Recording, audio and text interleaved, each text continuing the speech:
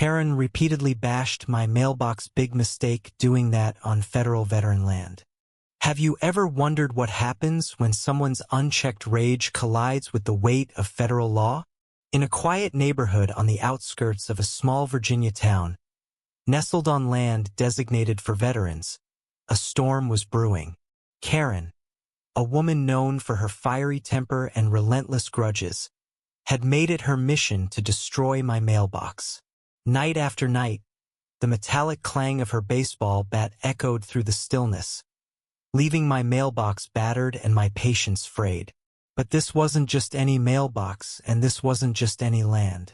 Karen was about to learn that her actions carried consequences far beyond a dented piece of metal. I'm a retired Army veteran, settled on a plot of land granted through a VA program for those who've served.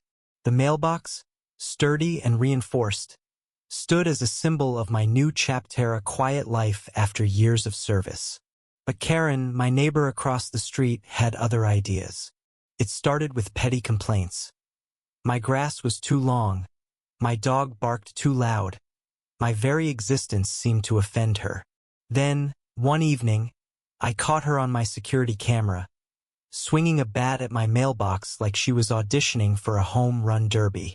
The first time, I replaced it. The second time, I reported it to the local police, who shrugged it off as a prank. By the third time, I knew this was no prank, it was personal.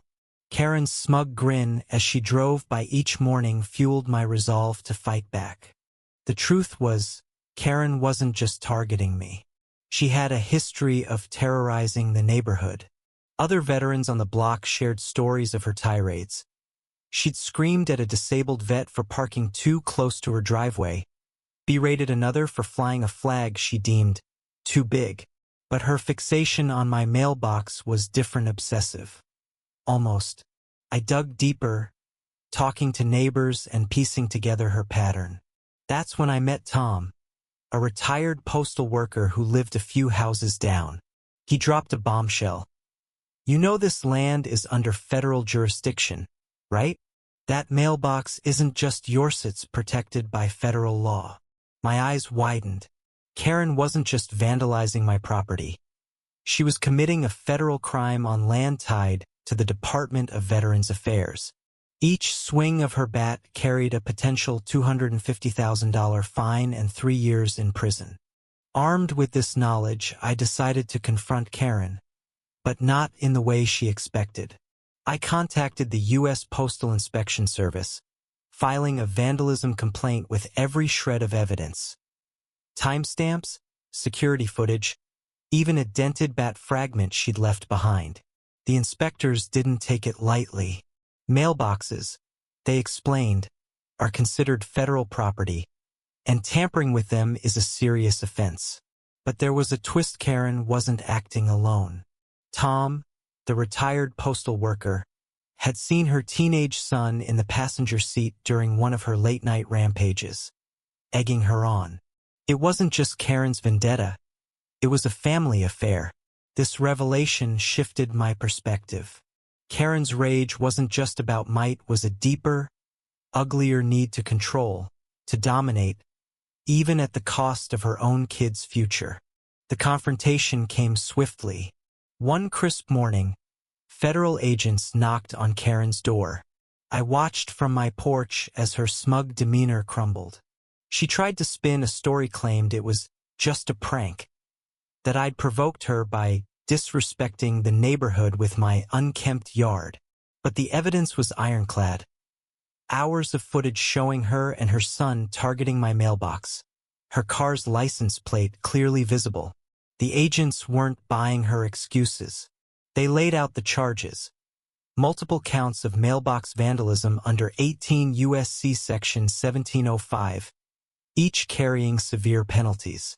Karen's face went pale as they mentioned the fines, potentially hundreds of thousands of dollars, and the possibility of jail time. Her son, barely 16, looked terrified, realizing his role could land him in juvenile court. Karen's downfall was as dramatic as her tantrums. She tried to rally the neighborhood, painting herself as a victim of an overzealous veteran and a corrupt system. She even posted a rant on a local X page, calling me a bully for reporting her.